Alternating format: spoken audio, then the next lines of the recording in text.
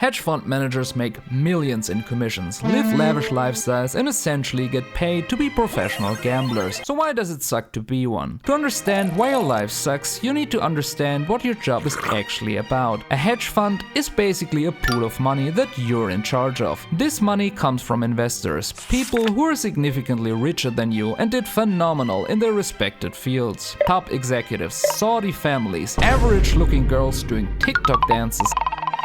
These people give you a chunk of their fortune so you can turn their one money into two money. A hedge fund only has one goal: make money in the market, no matter if it goes up, down, sideways, or gives you back shots. Is that dick good? Yes, kid. How good is that dick? Oh, how good is that dick, bitch? You're expected to make your rich investors even richer. But here's the first problem. Why should anyone even give you money in the first place? You haven't been blessed with huge bazoinkas and don't get donations from parasocial individuals just for existing. No, you have to earn a reputation and build trust by climbing the corporate ladder. Get a job at a bank, another hedge fund, or in private equity. It doesn't really matter. Your goal here is to build a network of wealthy clients and, more importantly, people who can provide you with insider information. Oh, and don't forget to sell your non-vital organs. That finance degree will cost you upwards of 300 grand. During this time, you have to get a track record and prove to others that you're capable of coming up with the most creative money-making schemes imaginable. You need to be exceptional and deliver generational performances for years before you even see a nickel from one of these rich folks. This is Ray Dalio, the founder of Bridgewater Associates, which is the fourth most profitable hedge fund in history. And do you know what he had to come up with? He was responsible for the launch of the most effective antidepressant known to mankind. That's right, he brought us the 20-piece chicken McNuggets. If it wasn't for his genius chicken hedging strategy in 1983, there would be no McNuggets. Yeah, this story deserves its own video. Anyways, now let's assume you actually got the 10 million starting capital from your investors. You just signed up for a life of modern day slavery. Sure, if you outperform the market, you'll receive a 20% performance fee in addition to a standard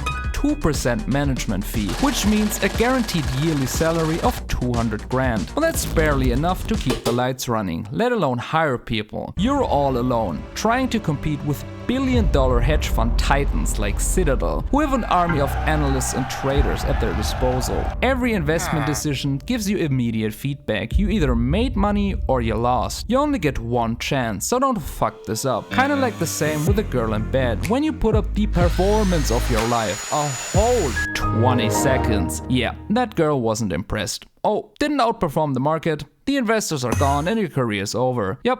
Time to make those nuggets at McDonald's. To avoid this scenario, you have to spend every waking hour doing business. This means clocking in 100 hours per week minimum. If you don't wake up at 4 AM and think about business while taking your morning shit, you've already lost. This is obviously an insane amount of pressure to deal with, and you will now be forced to make the most important decision of your career. Will you do this shit sober or will you start using cocaine? You can either grind your way through, suffer from anxiety, and eventually get a burnout, or do cocaine, feel like a champion, blow your entire salary on powder, get a heart disease and lose your job. Except now you're addicted and making nuggets won't cut it. You better be getting on the street and start playing with those nuggets, if you know what I'm saying. It's then when you discover the secret strategy that separates you from top hedge funds making real money. Reading reports and risk management won't guarantee a successful investment. But you know what does? Insider trading. A recent study by UTS shows that illegal insider trading occurs in roughly 20% of all merger and acquisition deals and in about 5% of earnings announcements. That means 1 in 5 major corporate deals involve someone trading on secret information before the public knows about it. And with the SEC only prosecuting around 50 cases per year, the odds of you getting away with it are very high. So as a professional gambler, you take this risk all day. The 10 years of networking finally paid off. Your hedge fund is now printing money. The 20% performance fee kicks in, turning your 200k salary into